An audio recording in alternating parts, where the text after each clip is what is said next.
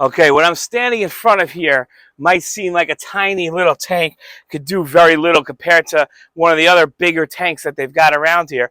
But this hunk of metal here is actually just a form of brilliance and Israeli ingenuity. This was an American and French collaborative tank. The American and the French worked together on this tank in World War II, and Israel took it and turned it into a different tank altogether, the Sherman M5. It was an M4A, and Israel upgraded it. It took the French technology, the American technology, and added Israeli technology to it. Now, you might say, well, it's a smaller tank.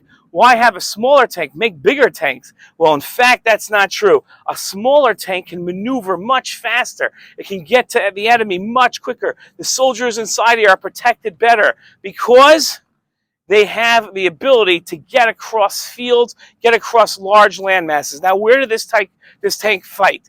Let me tell you something. In 1967, this is an incredible story. In 1967, all of Israel's enemies surrounded Israel. And this was what was going to be called the Six-Day War. No wars only take 6 days. Some wars, like World War II, take years, 5 years, 6 years. America's time in Afghanistan was 20 years. Its time in Vietnam, 9 years. This was 6 days. All of Israel's enemies surrounded it. They thought it would be a 6-day war because they thought they would be able to conquer Israel in less than 6 days. In fact, on day one, Israel surprised its enemies. It didn't wait till it was attacked. It went out on day one, flew over Egypt, and destroyed just about the entire Egyptian Air Force. That gave Israel's tanks and soldiers the ability to fly across enemy territory, attack soldiers, without having to worry about being bombed from the sky. In fact, the only people worried about that were Israel's enemies, because the only Air Force left was Israel's Air Force. So these tanks immediately went into action, not having to worry about being hit by the sky. These tanks went into the Sinai. They went into Yehuda v'Shomron, Judea and Samaria, where I live, and these tanks conquered that area. They flew up north to the Golan and were able to conquer large tracts of land throughout the Golan, fighting enemy tanks from Jordan, from Syria, from Egypt. These tanks went through. Now, if you look, it has a longer than usual turret. I don't know if you can see because of the sun, but the turret is the part of the tank that fires the shells. And you can see it has a longer than usual turret, especially for a tank of this short size. Now, here's something else that's interesting. You could see right in the front of the tank, and the other tanks we didn't have this, is a machine gun. It moves up and it moves down, and you have somebody in this tank that's able to fire. If soldiers get close, the enemy gets close, you get a burst of machine gun fire. Let's say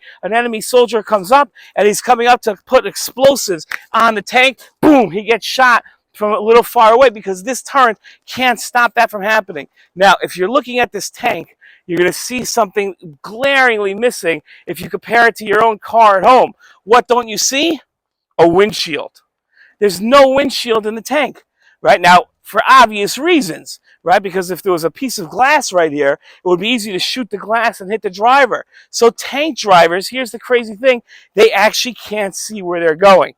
They're actually driving around having no idea of what's right in front of them. So this tank could be going, and there could actually be a tank right in front. But because the driver can't see, he wouldn't know. Every once in a while, that somebody from inside the tank could pop their head out, but there's usually just small little holes that tell the tank drivers where to go, and they're using maps to coordinate being able to go from place to place.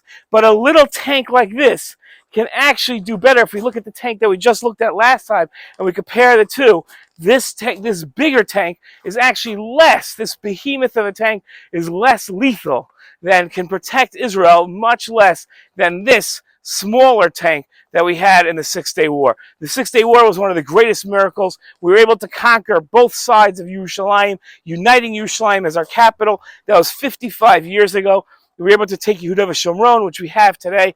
We were able to take the Gaza Strip, which we eventually gave away, and the Golan Heights, which is flourishing. I'm actually going to a wedding in the Golan Heights tonight, and it's only a 3-hour drive, something that could not have been accomplished. I couldn't live where I live. I couldn't visit the Golan Heights for my nephew's wedding tonight if it wasn't for this tank right here.